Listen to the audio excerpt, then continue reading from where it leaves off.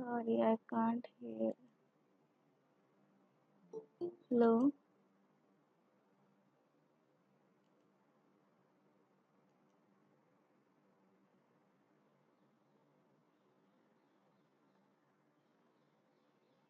Hello, am I audible?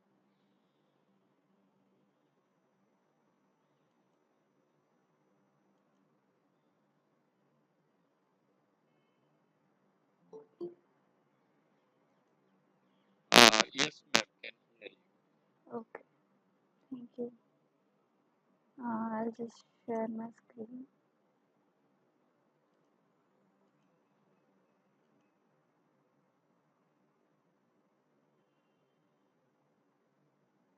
I hope my slides are visible.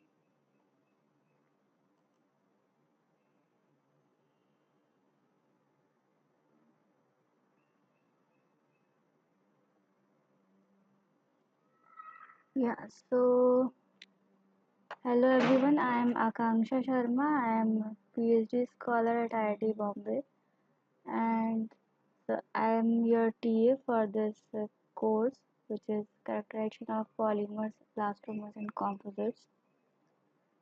So I'll just give a brief overview of what you have learned till now.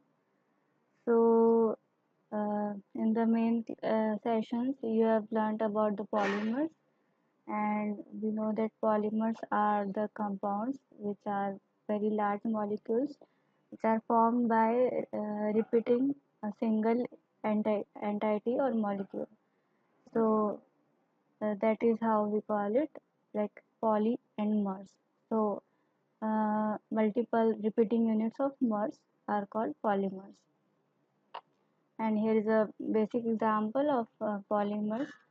So ethylene and ethylene is the monomer unit, and upon polymerization we get polyethylene. I'll just on my cursor.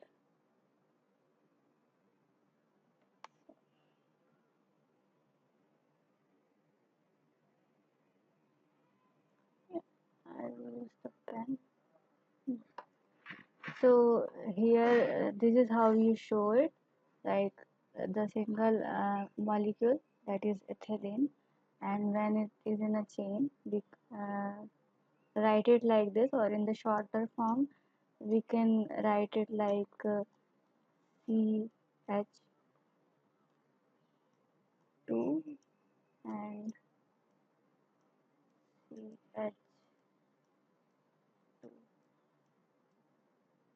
n times.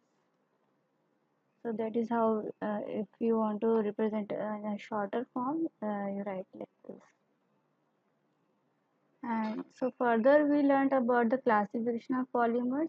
So based on the sources, we have natural polymers, synthetic polymers, and semi-synthetic polymer as well. So natural polymers are which are found in nature. So such as cotton, silk, wool, etc. And then we have synthetic, which are made by the humans. So these are low molecular weight polymer compounds, and these are normally polyethylene, nylon, PVC, etc. And then we have, based on the thermal response, we have thermosetting and thermoplastic polymers.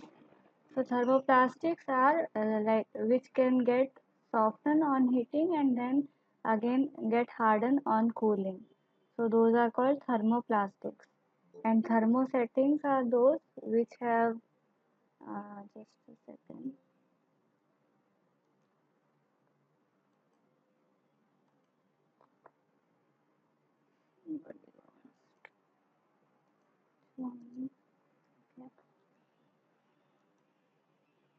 Yeah, so the thermosetting polymers are the ones which will not get softened on heating once they have been molded.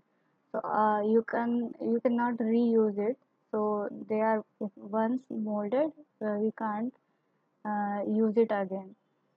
So then thermoplastics are having a long chains which have only weak bonds between the chains. So these bonds can get broken, and then we can mold it again. So these bonds between the chains are weak so that it can be broken, and when the plastic is heated, it is we can get a molten form of the polymer and again mold it.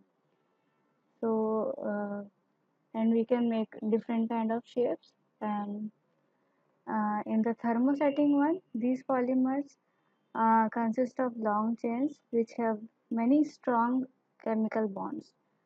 So that's why these bonds are difficult to break when heated, and that's why once it is set, we cannot remold it. So those are the thermosetting polymers.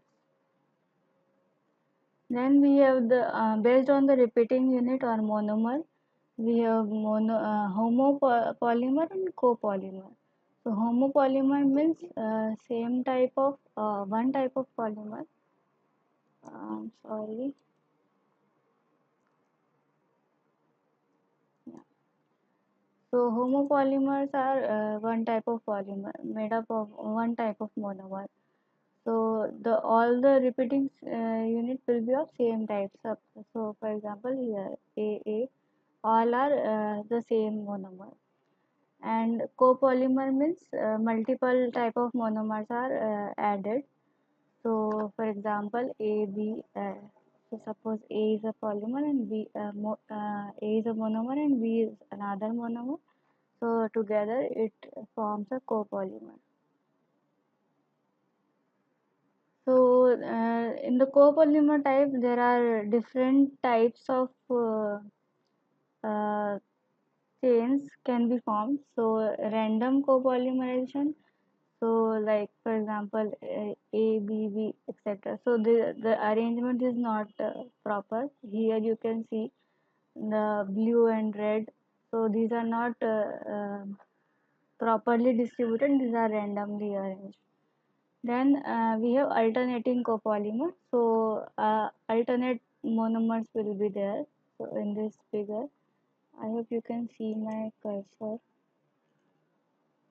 here. So the blue and red are distributed evenly. So these are alternating copolymer. And then we have block copolymer. So a long chain of one monomer and then a long chain of another. For example, here red and blue. So here longer monomer chain of uh, blue color monomer, and then we have a red color one. So this consecutive these chains are formed. These are called copolymer. And then we have graft copolymer. So uh, on one of the monomer unit, we have another chain linked as a graft. So as you can see here. And so the next is that based on the tacticity. So tacticity means the functional group attachment. So uh, sorry.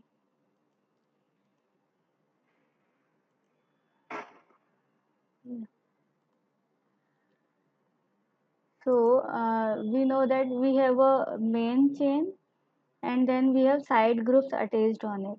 So the manner in which the side groups are attached uh, shows will have different properties. So for example, isotactic. So in this one, the all the side groups are attached, functional groups are attached in the uh, single side. So that is an isotactic polymer. So the configuration is in such a way that all the groups lie on the same side of the chain. Then in the syntactic polymer, the arrangement is in alternating fashion. So the side groups are arranged in an alternate way.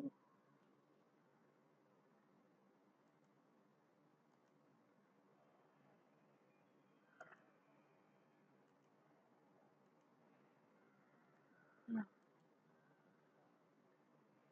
And then we have atactic. So atactic means the configuration is random.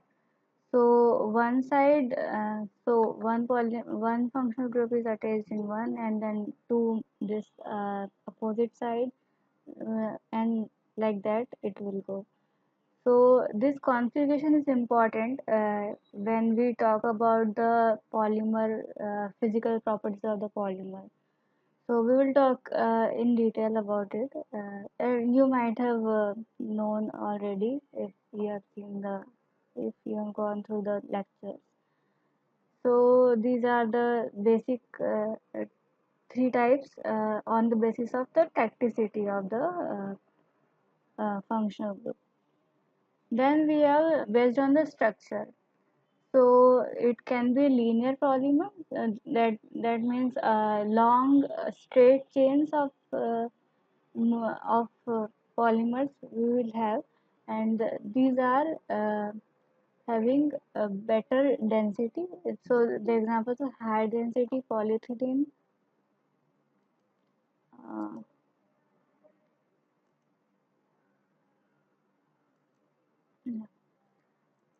uh, and so these are long and straight chains polymers which are having linear morphology. Then we have branched chain polymers. So branched means we have functional groups branching from the main chain, deviating from the main chain. So these are called as branched chain polymers. So for the examples for these are low density polythene, and so here you can see that yeah, yeah. So these are the functional groups which are branched out of the main carbon backbone. Then we have a cross-linked or network polymer. So these can be bifunctional or trifunctional, and it forms a strong covalent bonds between the linear polymer chain. So these um, uh, functional groups, functional monomers, these are these two bind the two linear chains of the polymer, and that's how these are very strong, and these are very less flexible when we talk about the property of these polymers. And some of the examples are bakelite, melamine, etc. Then, based on the morphology again, so now we have crystalline, which is ordered. So suppose the same order in the whole. This is difficult because in polymers are long range. So achieving 100% crystallinity is not uh, not possible. So we have some semi-crystalline type of polymers which have small region crystalline, then again amorphous, and then crystalline, like that. And then amorphous is the random arrangement. So this is as understood. These are having less crystallinity.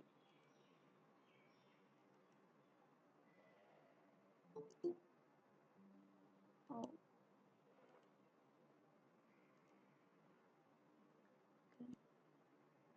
yeah,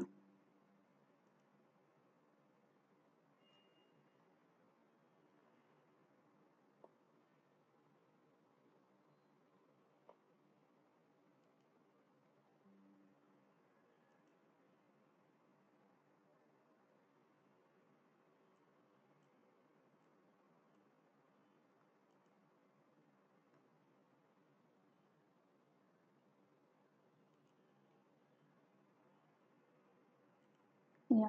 So based on the morphology, we have three types of uh, polymers: crystalline, amorphous, and semi-crystalline. So 100% crystalline are cannot be achieved. So we have semi-crystalline and amorphous in general.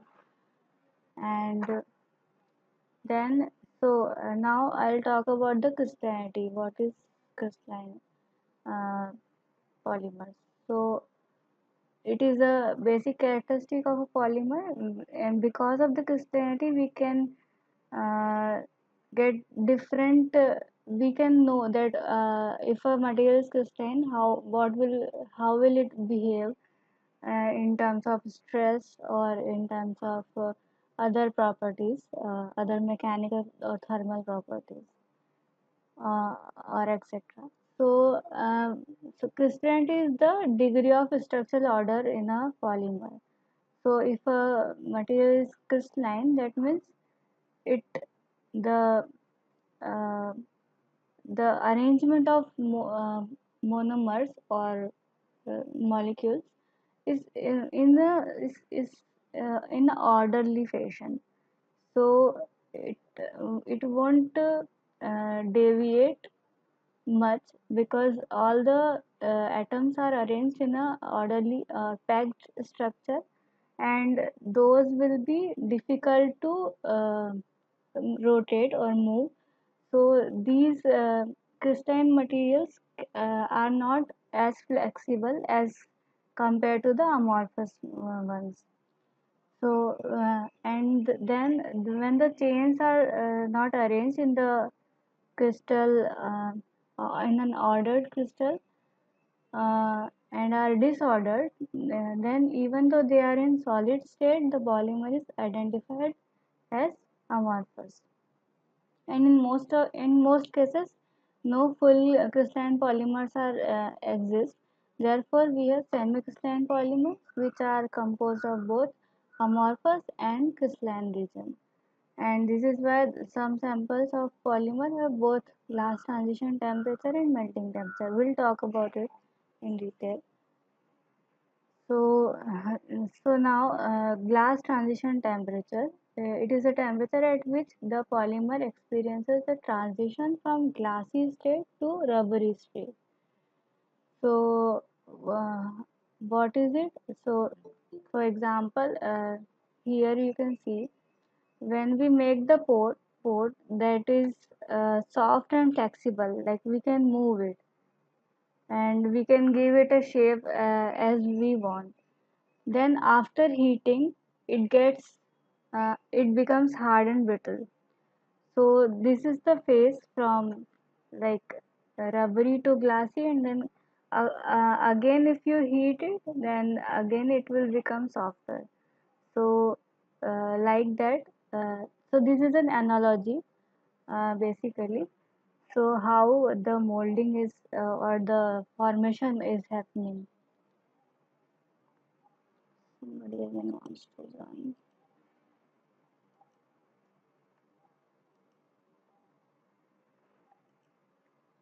Yeah.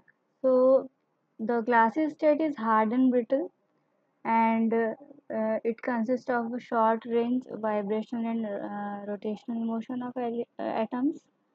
And then rubbery state is the soft and flexible state, which is a long range rotational motion of polymers. So this diagram you might have seen in the lecture session also. This is a very important diagram, and it is plotted between the modulus and temperature. So the temperature at which the polymer undergo the transition from glassy to rubbery state is called the glass transition temperature. And yeah, so this temperature is very important because we know that at this temperature the material will become rubbery. So depending upon the application, if we want the hard and brittle, that is glassy state, or we want soft and flexible, that is rubbery state. So at that we should know that at this temperature, after this temperature, the material will become rubbery, and then we won't be able to get the property of the glassy state. So this is very important when we want to use a particular polymer for a particular application. So for example, if I want to use the property of polymer having hard and brittle property, so I cannot use it beyond this temperature, beyond the transition, this glass transition temperature, because after this the leathery stage will come, and then the it will become rubbery, and it will start flowing after some time. So this can cause failure in the material, and this can lead to many problems. So we should know that the glass transition temperature of a particular element exists here, is at this point. So we want to use it below that temperature. So some polymers are used above their glass transition temperature, and some are used below. So hard plastics like polystyrene and polymethyl methacrylate are used below their glass transition temperature, and that is the glassy state, right? And which is above the room temperature, and so there is no problem. Even if at little higher temperature than room temperature, we can use this. And then we have elastomers like polyisobutyrene are used above the transition temperature, and which is in the rubbery state, where they are soft and flexible. So there are certain factors which affect this glass transition temperature. So the first one is the chain flexibility and rigidity, then steric effects, then effect of intermolecular forces, then copolymerization, and cross-linking and crystallinity and plasticizer. So the chain flexibility and rigidity. Uh, so like as the transition temperature is depending on the ability of a chain to undergo internal rotations. Uh, so if the functional group is bulkier, then the internal rotation will not happen, and so that's why it is very important that what kind of functional groups are present in the chain, and what kind of repeating units are there. So this is very important in terms if we are talking about the glass transition temperature and how it will behave, and the flexibility of the polymer. So uh, now if the functional groups or the chain can undergo internal rotations, then it will be an flexibility. It will give us flexibility, which is basically associated with low glass transition temperature. So if the molecules can be easily rotated, then there will be the glass transition temperature will be lower for those kind of polymers, and the flexibility will be higher. So for example, PDMS, that is polydimethylsiloxane, is an extremely flexible molecule, and because of the large separation between the methyl substitute silicon atoms, and so that's why the transition temperature is in negative, so it is well below the room temperature, so we can use it at room temperature, which act as a soft flexible material, which is that is it's in a rubbery state. So above this glass transition temperature, we get the PDMS in a soft and flexible form. So here are different type of repeating units, and you can see the glass transition temperature for all of them.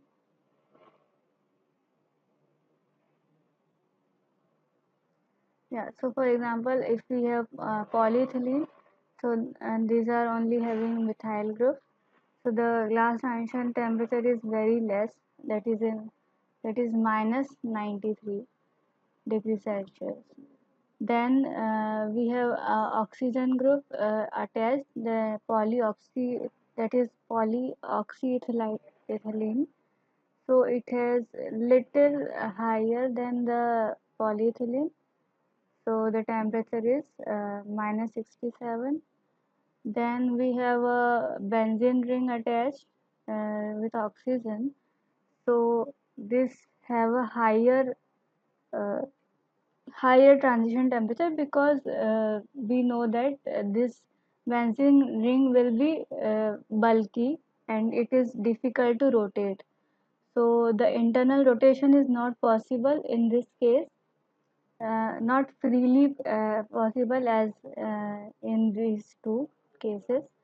So that's why the glass transition temperature is increasing. Then again we have methyl and this benzene ring attached to the methyl group. So these uh, methyl groups can easily be rotated. So the internal rotation will happen here, but it won't happen here. So here it will rotate, and here it won't. So the transition temperature is still higher. So it is 79 degrees Celsius again.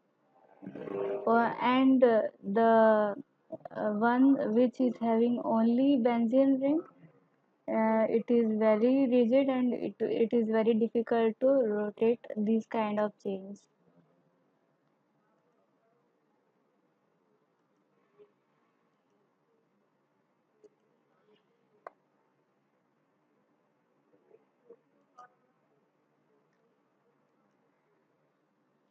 So I hope you understood the point which I am trying to say. If the functional group is very bulky, then it is very difficult to rotate, and that's why the transition temperature will be higher for those which are having bulky functional groups.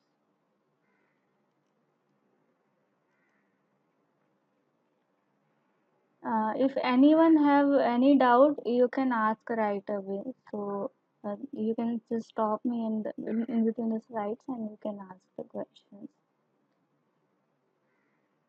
So yeah, so as shown, the polymers which are containing the methyl group, or only the lesser bulkier functional groups, then the transition temperature will be lower for those, because the transition internal rotations are easy, and uh, and on contrary, if the groups are bulkier, then the temperature will be higher, and the chain will be more rigid, and the flexibility will reduce basically.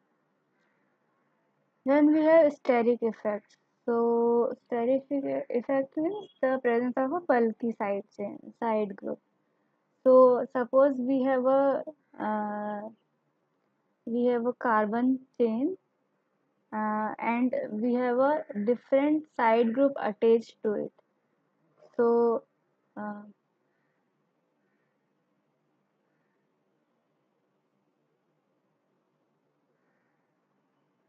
for example, here if I have a functional group attached, so this can be anything, like hydrogen or methyl group, or a bulkier group. So as we increase the benzene ring, bulkiness of the polymer, the functional group, then the transition temperature will keep on increasing. So if we increase the molecular weight, then the transition temperature will be higher. So as you can see, and in case of the only the hydrogen group, then the transition temperature is minus 93. Then in case of a methyl group, then it's little, uh, it's even less, minus 20. So it's still less than the room temperature, of course. Then we have the benzene ring. So if it is attached here, then it will hinder the rotation of this, basically this chain. So this it hinders, and then that's why the chain will be very rigid, and the transition temperature will be higher, that is 99 degrees. And again, if it becomes more bulkier, then it is more difficult to rotate this chain, and that's why the transition temperature will increase, keep on increasing. That's how. So this is called the steric hindrance, that is the side groups. The presence of a bulky side group hinders the rotation of the backbone chain atom, and it results in a increased transition temperature, gas transition temperature, and it affects the magnitude of this effect depends on the size of the side group. So if the side group is bulkier or longer, then then this will be higher. So the steric effect will be higher. And then we have the effect of intermolecular forces. Yeah, so uh, depending upon the which kind of groups are attached to the main chain, the forces will vary. So for example, if a dipole dipole interaction is there, or hydrogen interaction is there, so depending on that, the uh, if the interaction is very strong, then the transition temperature will be higher, and if the interaction is weak, then it is easily broken, and the transition temperature will be low. So for example, here the poly in the polypropylene we have CH3, uh, and the transition temperature is lower for this because it is not that strong. The attraction between the uh, molecules is not that strong. And then we have halogens, that is chlorine or other halogens. So the bonding will be very high because of the uh, halogen hydrogen bonding. So the transition temperature will be more. Then we have OH. So OH group is again bulkier. So the transition temperature will be still higher. Sorry. Yeah, anyone wants to have a question, like ask a question?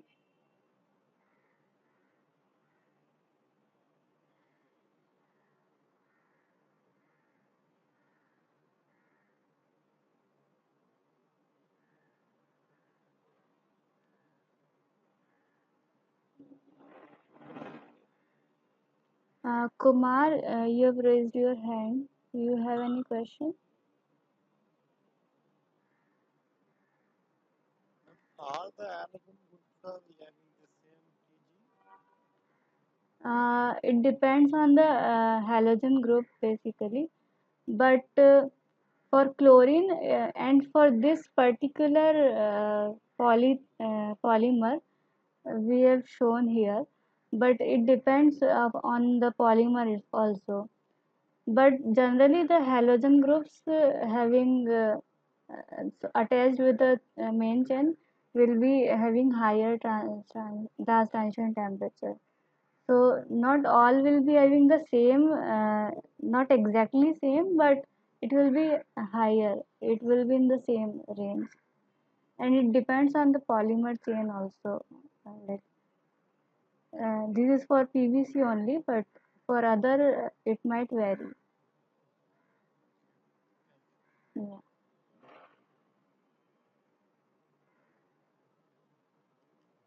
Anyone else have a question? Yeah, Krishna Kumar.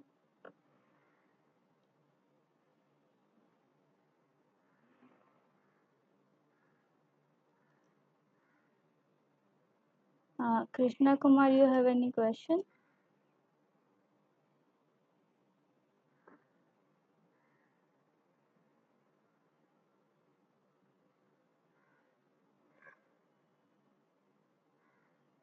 You can unmute yourself and ask,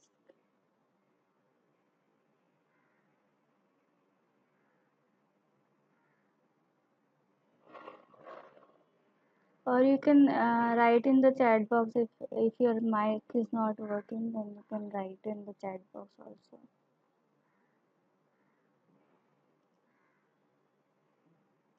Okay. Anyway, I'll go on. So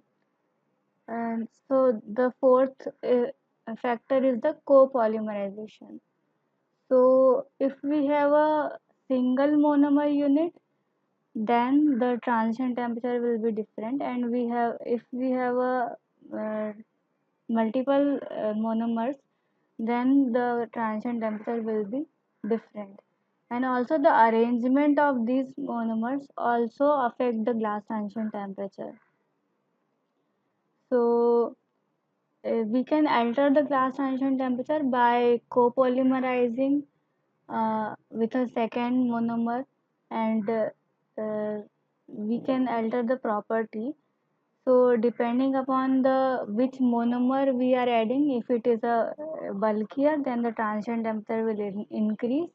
If we want to increase the glass transition temperature, then we can add a bulkier monomer in that, in the main monomer or polymer.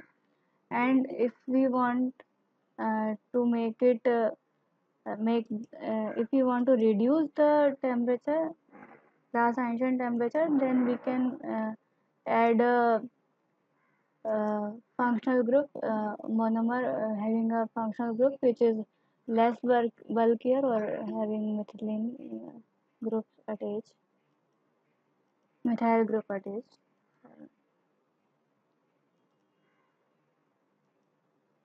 And we can calculate this with the help of this equation.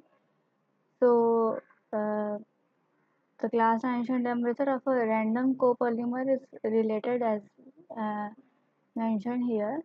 So the weight of one monomer and divided by the transition temperature of the first, plus weight of the second monomer divided by the transition temperature of the second.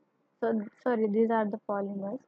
And then we can calculate the transition temperature for the resulting polymer, which is the combination of the two polymers. So two different monomers we have to add to make a different polymer, which is the combination of two different kinds of monomers. So then we have cross-linking and crystallinity. So both of these can cause the increase in the glass transition temperature, as I have already told. So cross-linking means it is difficult to break the bonds between the two chains of the polymer. So as I have showed earlier as well. So suppose this is the main chain, and then we have cross-linking in between. So if the cross-linking is very high, then it is very difficult to rotate the molecules of this main chain, atoms of this main chain. So it will result in the increasing glass transition temperature. So that means, like, if the cross linking is there, then these cannot move basically. So the transition temperature will increase.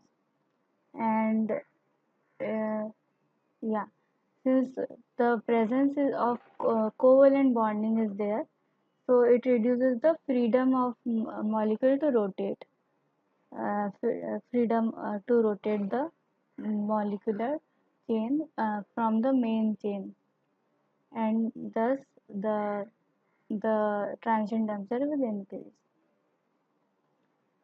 And similarly, for the crystalline region in a semi-crystalline material, it restricts the mobility of disordered amorphous regions. So, if the material is proper crystalline, for example, if it is crystalline and so this is amorphous somewhere, it is semi-crystalline, okay, and this side it is amorphous and then again it is crystalline. So these disordered atoms cannot move beyond this crystalline region. So it will be difficult for them to rotate or move in the chain. So that's why it again increases the glass transition temperature. And it so this depends on the percentage of crystallinity present in the polymer. So these are again two factors which affect the glass transition temperature. And then we have plasticizers. So these polymer has a high transition temperature. Uh, if we want to lower the glass transition temperature, then we mix plasticizer in it. So plasticizers are small molecules which get in between the polymer chain and separate them from each other. So here, so these are some of the examples: nitrobenzene, carbon disulfide, and then this beta naphthalene salicylate. And so this happens when they slide past each other more easily. So in between two molecules, if a plasticizer is added, then it tries to break the bond and merge in between.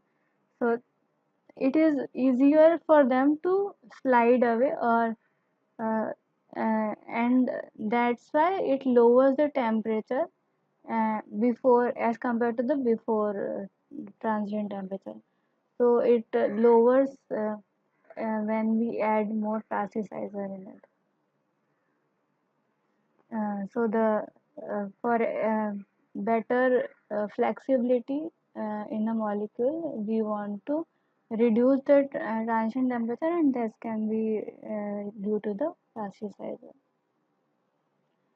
Yeah. So now I'll just talk about few of the questions. So which one of the following has minimum elasticity? So as we know that fibers are very rigid as compared to plastic, epoxy resin or rubber. Rubber is very flexible. Then we have plastic, and then resin is a type of resin is of course having lesser elasticity as compared to rubber, and but the fibers are having the most elasticity, most minimum elasticity. So that's why the fiber is the correct answer for this. Then which one of the following transition involves latent heat? So melting, freezing, boiling, or all of the above. So can any one of you let me know that what is the latent heat?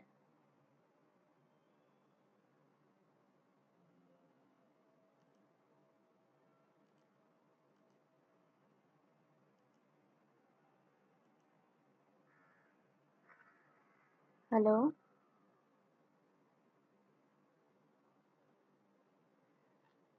When heat involved to a state change, for a state change. Yes, exactly. So in all the three cases, the state is changing, right? So for melting, for example, the liquid is so solid is changing to liquid. That means the state is changing. And in the freezing, again, the liquid is changing to solid. Then boiling, liquid is changing to vapor. So in all of this, the latent heat is involved. That's why we have, we can say that in all three of them, the latent heat of transition is there.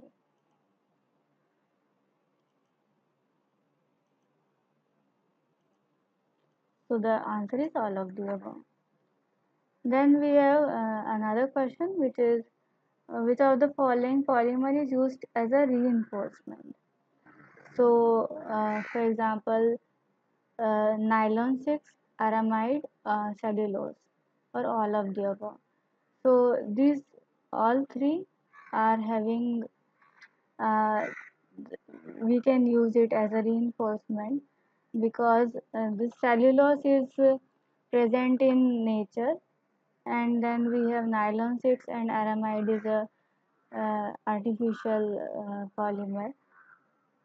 So we can use this as a in reinforcement to in to use these property to use their property for a better uh, polymer, to make a better polymer.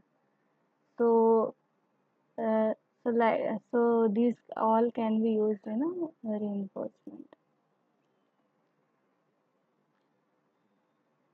Then so for this one, uh, we need to match the property with this. So rubber can be used in uh, tire technology, right? So rubbers, first to C, then plastic are reusable, then paint, it gives a barrier property, then fiber are used in reinforcement. So uh, I forgot how it was. So one C and then plastic D. So this is the option is correct. If you have any doubt in between, so you can ask me. Then which one of the following is a natural polymer? So cellulose, as we know, it is a natural polymer. Nylon, rayon are all synthetic ones. So cellulose is the correct answer. Then, so which one of the following technique will give you an idea about the crystallinity of a polymer? Can anyone of you tell me the uh, full form of this?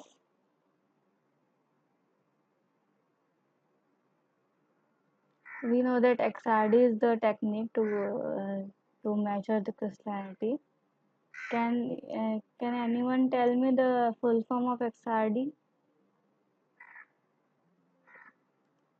Crystal diffraction. Refraction. X-ray diffraction. Yeah. So it is XRD means X-ray diffraction. Uh, then the strain-induced polymerization is observed in which one? Polystyrene, natural rubber, PVA, polyvinyl acetate, or polyvinyl alcohol. So in natural rubber, we know that the strain-induced crystallization is observed. So that is the correct answer.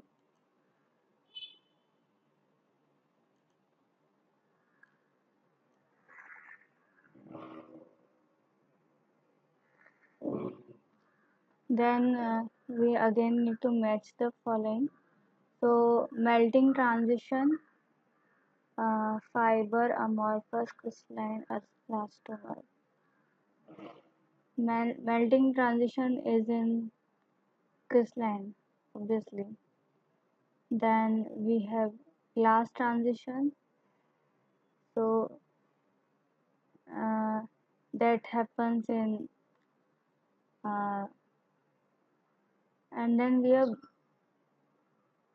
elastomer. Then we have brittle failure in fibers, ductile in elastomer. Glass transition is amorphous, I guess. Brittle failure is in fiber, ductile elastomer, melting transition crystalline, and glass transition amorphous. So one C, yeah, the B.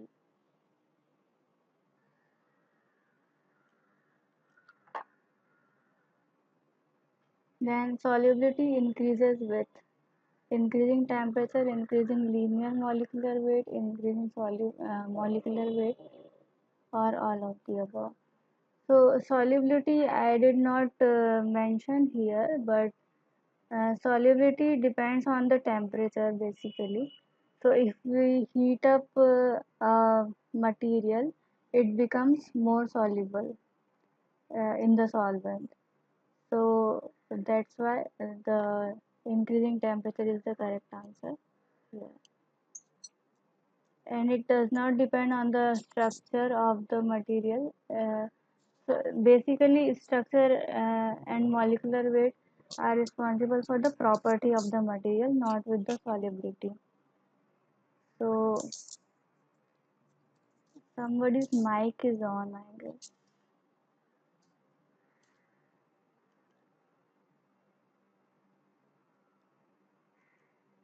Yeah, and then this is another question. So, can anyone of you tell me how the order will be? The first one, A, will be very brittle. Uh, then this, like, I can explain, but any one of you can tell me the answer?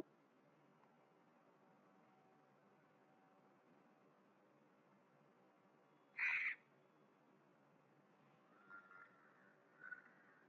hard material and the brittle material why because the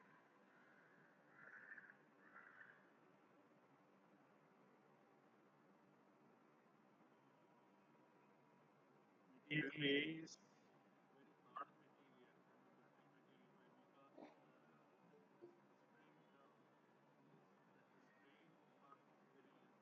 Yeah, yeah. So lesser strain means more brittleness. And then the second one, B1.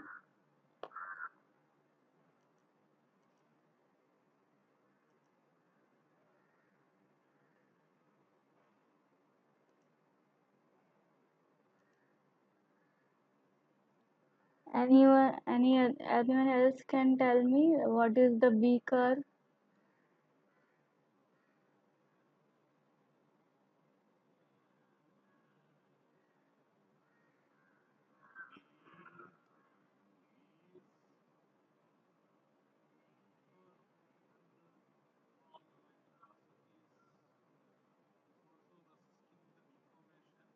Yeah,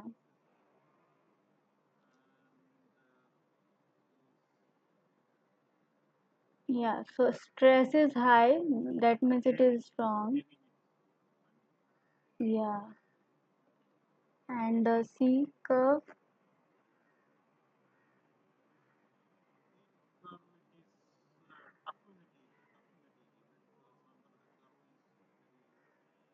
Yeah. Area under the curve will be higher. Yeah.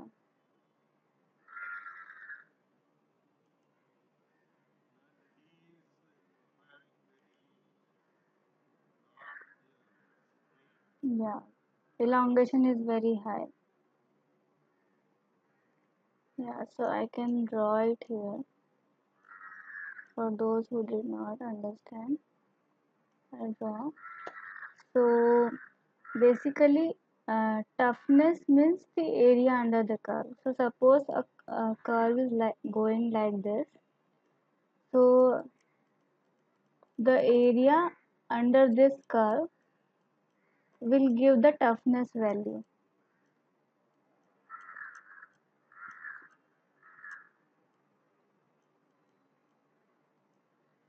Sorry about my handwriting. Yeah. So the area under this curve will give the toughness value. So higher this elongation or area, the tougher will be the material. But still, here in the case of D, the elongation is very high. So we cannot call it tough, but we call it soft and ductile. Because in ductile material, the elongation will be very large, and still the area will be lesser as compared to the sea, if you see, if you can imagine. So the sea curve will be hard because still hard because the stress is also high, and for the D curve the stress is not that much, so it is softer. And for the B curve, so I'll draw again. Yeah, so suppose polymer is having a curve like this, so that means till here it is broken. After this there is no point. So the A curve is looks similar to this, right? So this means this is very brittle. It is showing a very less elongation. So the A curve is the hard and brittle material, because the stress is also very high, so it is hard, like it is very strong. And for B curve again,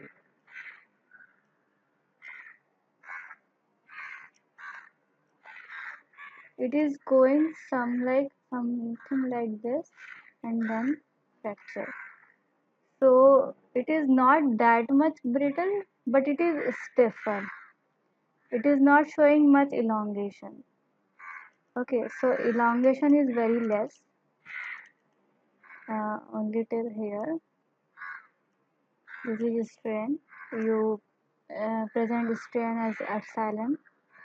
So the elongation is very less. So that's why stress is higher. So strong and stiff. So B curve is the stiff and strong. Then C curve is hard and tough, as I already told.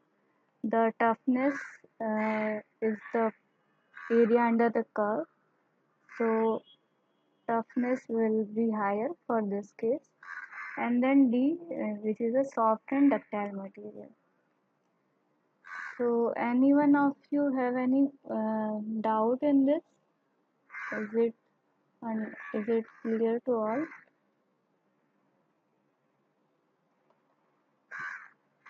So the D is the correct answer for this one.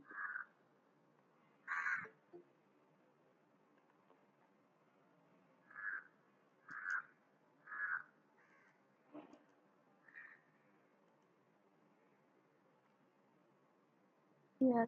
So I think this is the question. These are few questions which I had with me, and if you have any question, I can explain it, or I can give you answers in the next class maybe. So if you have any doubt, please let me know. And uh, So can you all just introduce yourself because I want to know what all backgrounds you are coming from so that it will become easier for me to properly like teach you in a manner so that everyone can understand. So Just one question. Can we get yeah. this presentation PPT file? Yeah, I'll upload it on Google Drive. Also, the recording of this lecture I'll upload. So no issue. Yeah. So can you all like just introduce yourself one by one?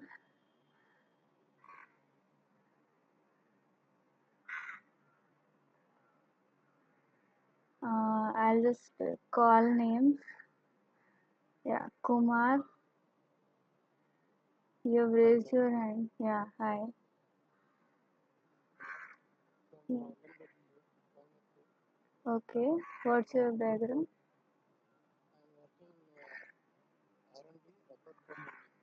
Oh, great. So you are BTech? Okay. Mm-hmm. Okay. Yeah. So can I ask what made you choose this course or what is your interest?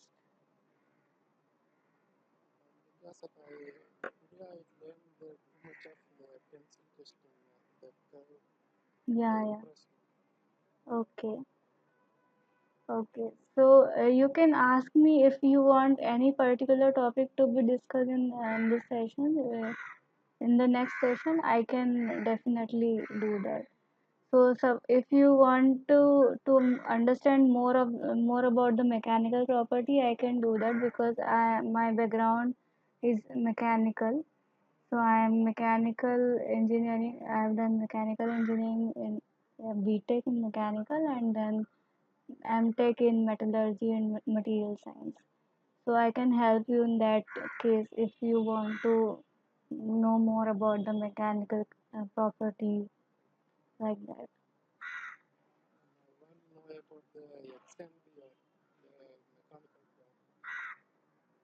Okay.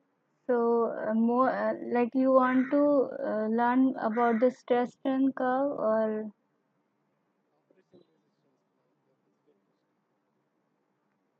operation resistance as in sorry. Okay. Yeah. Wear and corrosion resistance. That is tribology. Okay. So yeah, I can cover that part. I'll note down. So in the next class, I'll talk about it. Yeah. So anyone else, if anyone want to learn any extra topic other than the regular classes, like regular lectures you are watching on the NPTEL, if you want to learn anything extra, then you can tell me.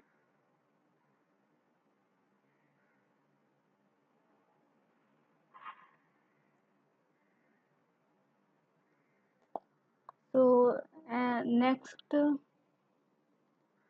Bhupati, you can introduce yourself. Can you hear me? Yeah, I can hear you. I'm Bhuti. I'm as a research scholar in Department of Physics, Research Okay. So you are doing PhD right now. and yes, In which super. stream? Sorry. I'm working in super capacitation. Okay. So what made you select this course? I'm currently I'm doing metal composites, uh, making in electrode. Okay. I'm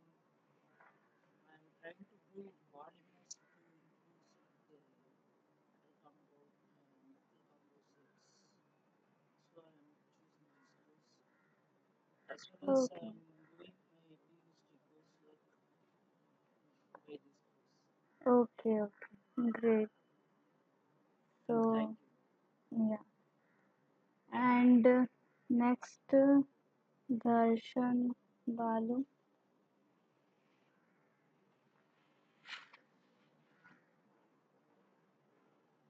Yes. Yeah, I can hear you, Darshan.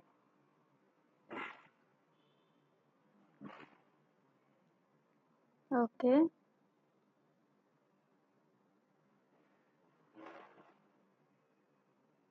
What is your background? Sorry. I'm B.Tech Okay. So you're still studying BTech or you've completed? Okay. Okay. Great. Divya.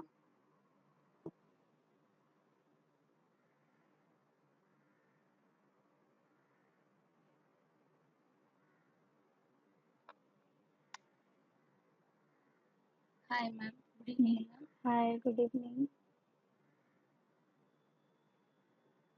Yeah. What is your background, Divya? Ma'am, I am a research scholar at Sri College of Engineering, Coimbatore. Okay. My research field is supercapacitor application. I prepare electrode materials for metal oxide compounds, ma'am. Okay. Great. So why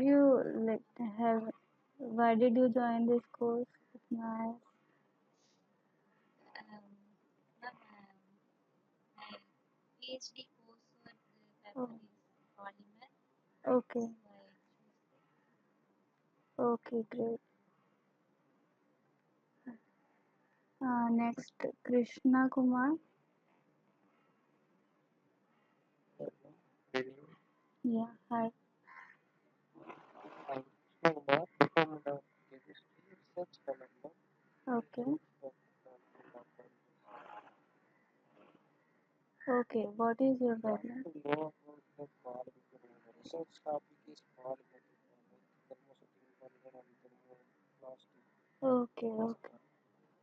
I want to know Okay, great. more detail. Great, great. Another request. Yeah, yeah. um, I want to know about the details of the EGA thermochromatometers Okay. and the difference in cunning Yeah, and DSC. thermosetting for Okay.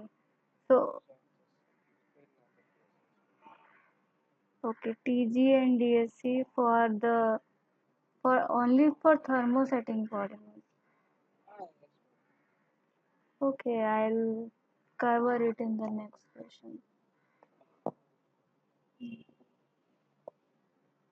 Yeah, next. Kumar is done. Sheikh, if I, if I pronounced it correctly. Yes, ma'am. I am Yeah, audible. yeah, you're audible. Myself, I am Shekifat. I am recently completed my bachelor's in polymer plastic technology. Okay. Recently joined as a organization as a quality engineer. Oh, great. So you are taking in this course for Sir, in future, I want to complete my PhD. That's why. oh, okay. You want to pursue PhD in future. Great, Yes. great, great. Okay. Then Vijaya Chandran.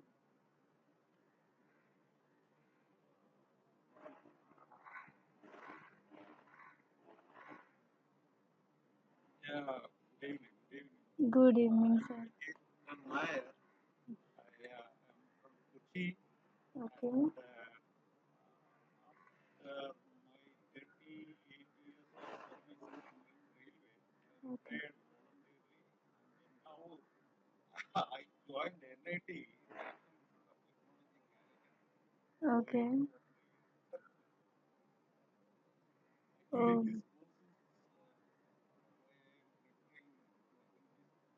mm, okay. Great. Great to see like your enthusiasm. Thank you so much. Vivek Sharma.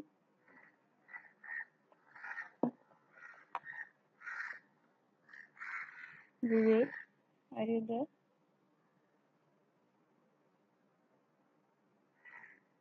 Hello. We can't hear you, Vivek. Evening, ma'am. Yeah. Do you hear me? Hi. Good evening. Ma'am, I'm from mechanical engineering background, BTech and MTech in Oh, mechanical.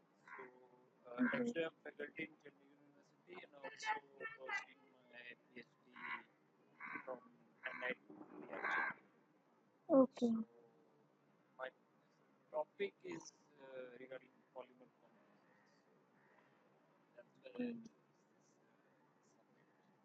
Okay. Great. I hope you learn more about polymers this course. this subject. Yes, I missed quite a part of this today's lecture. So my request if you could just share your Yeah. mail. Yeah. Yes, This will be uploaded. So recording will be uploaded, and again the PPT I'll upload in the Google Drive, and you can get the link from there. okay, ma'am. Thank you. Yeah. Okay. I think all are done. Most of the people have left the meeting. So that's it for today, I guess. And you are free to ask me questions regarding the extra topics if you want to learn more, as I've already told. And thank you for joining. We'll see you in the next session. So my session will be every Tuesday, and the other session is on Saturday, I guess, which is from other TA. So you can join both or any one of that. So it's up to you. Thank you all for joining once again. And if anyone have any question still, you can ask me or leave the meeting.